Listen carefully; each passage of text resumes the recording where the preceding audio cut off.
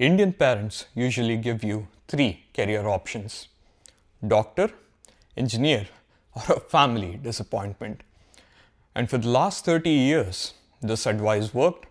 Study hard, secure a stable job at a good company, buy a flat, do not fail publicly, and do not take risks.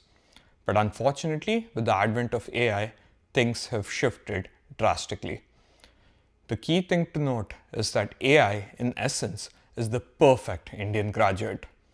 Excellent memory, able to regurgitate facts or information very well, does not ask too many questions, follows instructions to the T, works for very long hours, and is fairly good at its job.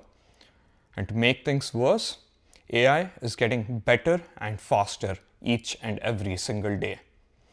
And if our system continues to produce people who remember, repeat, and obey, then we are fighting head-on with machines in a war which we cannot win.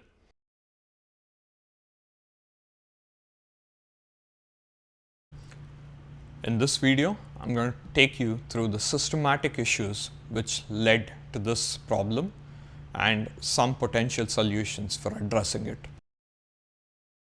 The point is not that Indians lack talent. Far from it. India has enormous talent. But what our system has done is to convert talent into compliance. And that is the problem. AI does not attack intelligence. It attacks predictability first. For context, I was born and brought up in India. I did my bachelor's in information science there, came to US for my master's, and currently I'm employed as a staff software engineer at Meta. The reason why I say this is because I am used as a reference point for others. Some student is told, study hard, go to US for your master's, get into tech. That is your career path. But what worked for me will very likely not work for you. Things like immigration, tech market, employment, and junior work have all changed. So as much as talent and hard work are to attribute for where I am today, I need to acknowledge and respect that there is equal parts of luck as well as timing. The risk aversion did not come from foolishness. It came from scarcity. Many parents grew up in an India wherein one failed business, one bad loan, or one bad investment, or a medical emergency could destroy the entire family. So the recommended path of don't take risk is what worked best for them. This is where the herd mentality becomes dangerous. Herding feels safe. Sheep do it. People do it. Indian society does it. Follow the proven path.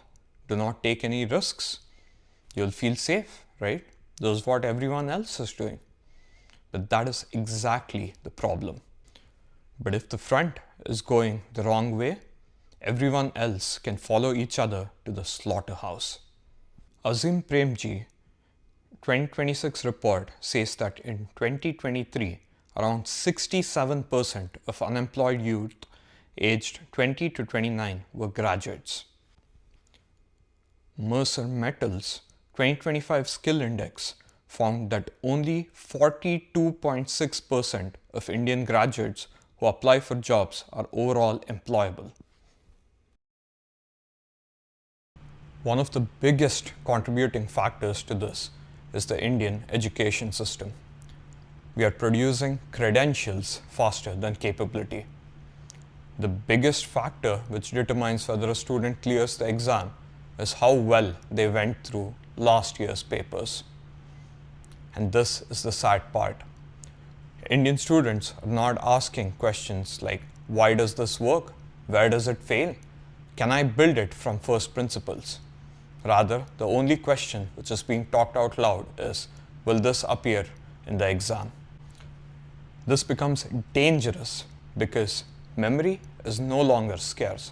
Regurgitation is no longer scarce. We have created a system where the highest compliment is he writes exactly what is there in the textbook. And this is sad because now AI can write whatever is there in the textbook.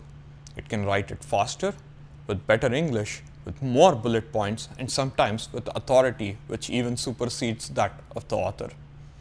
The question is whether you can take something which you have learned from one area and apply it onto other. Whether you are capable of identifying and looking and spotting for problems which are currently present. This is adaptability. And this is what our education system is not training the graduates for. Now let's talk about engineering and computer science. For many, CS did genuinely change their lives. The Indian IT boom created great mobility in the economy. But we need to be honest about the reason for this. Historically, raw wages were much lower, but fully loaded engineering cost was still 2 to 3 times cheaper on a company cost basis. This was a huge value proposition for companies. But right now, with AI, things have changed. If the only thing which you can offer is I can do this task cheaper, then AI is no longer a tool for you to use. It is your direct competitor. The IMF's 2025 India report says about 26% of the Indian workers are in occupation with high AI exposure. Indian services sector will be brutally impacted. Routine IT work, customer service, and technical support will be among the first few. The key word to note over here is routine. AI does not replace all engineers. It pressures those which are predictable and instruction following. And that is the key concern. Our education system is training people for exactly these types of roles. A useful historic parallel is calculators and human computers.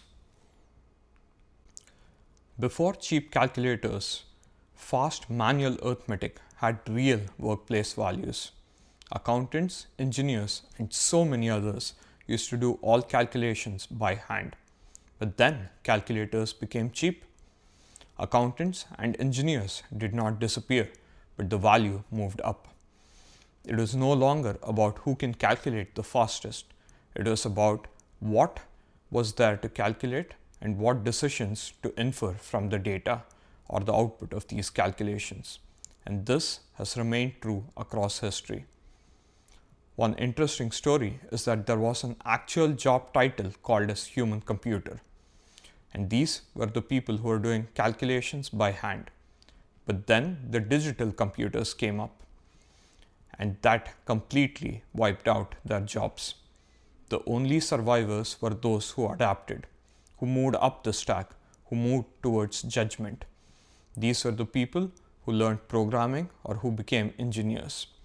So when machines get really good at a particular thing, the solution is not to work harder at it or to compete against it. It has never worked out in the past. The only solution is to move towards judgment. It's to move to the higher level of the abstraction. AI is creating the same shift for basic output. So these are like code from clear instructions, documentations, summaries, and support work. Even software engineers at companies like Meta, Amazon, etc. are not writing code anymore. They are delegating that work to AI because they correctly acknowledge that there is no point in competing with a system which is getting better and cheaper day by day.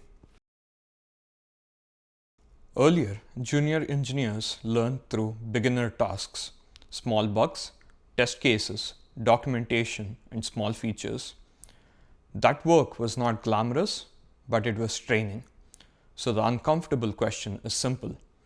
If AI does the beginner work, how does a beginner become experienced? India is training millions of people to climb a ladder while AI is removing the bottom rungs. This is why just take CS is no longer serious advice. A safe job is safe only until the definition of the job changes. Many Indians are raised with a very narrow identity.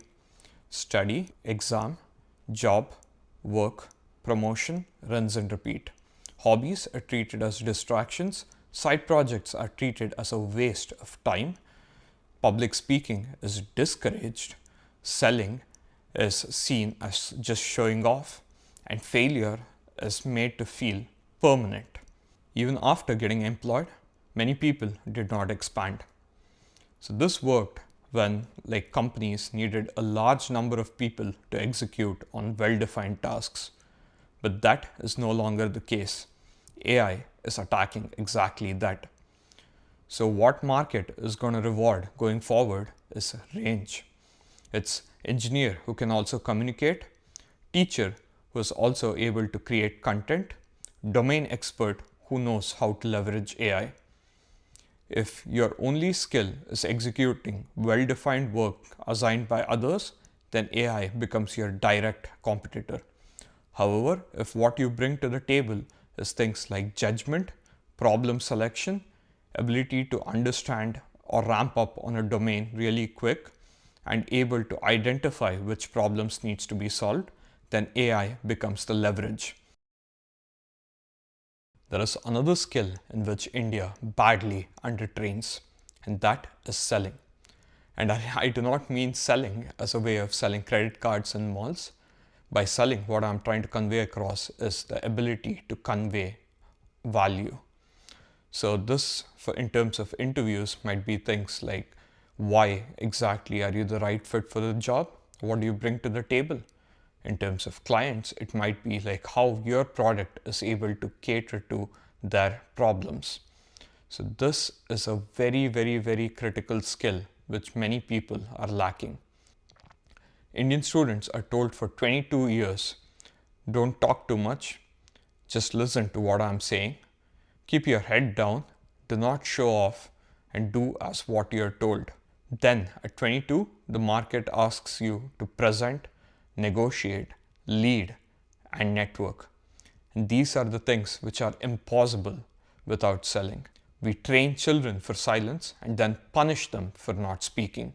And this is the biggest irony there is. This is where places like Bay Area are so different. Not because Americans are smarter, but because the ecosystem rewards different behaviors. Over here, people are free, or rather encouraged, to try out side projects. They are encouraged to pitch ideas. They are encouraged to switch jobs. They are encouraged to meet investors, try their hand at startups, fail, and then they are encouraged to get back up and try it again.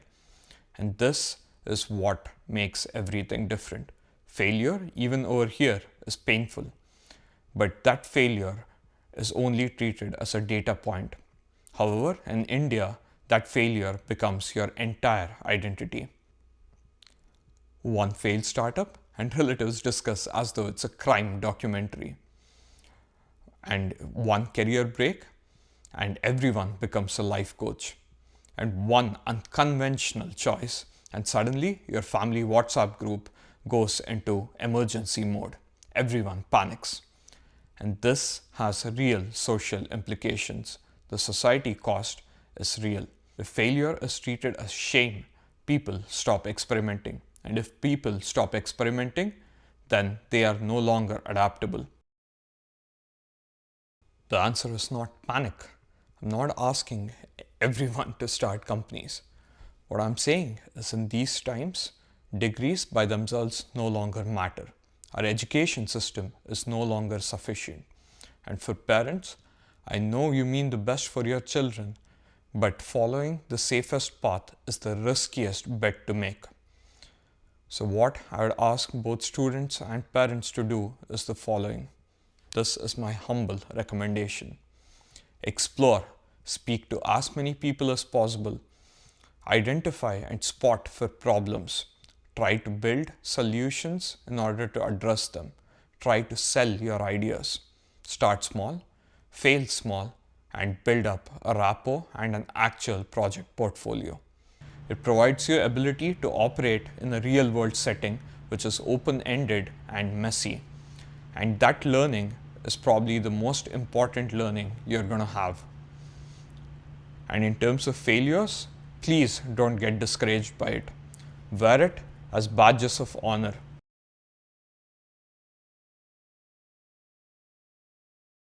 I think the best path going forward is builder, learner, and adapter. Thank you.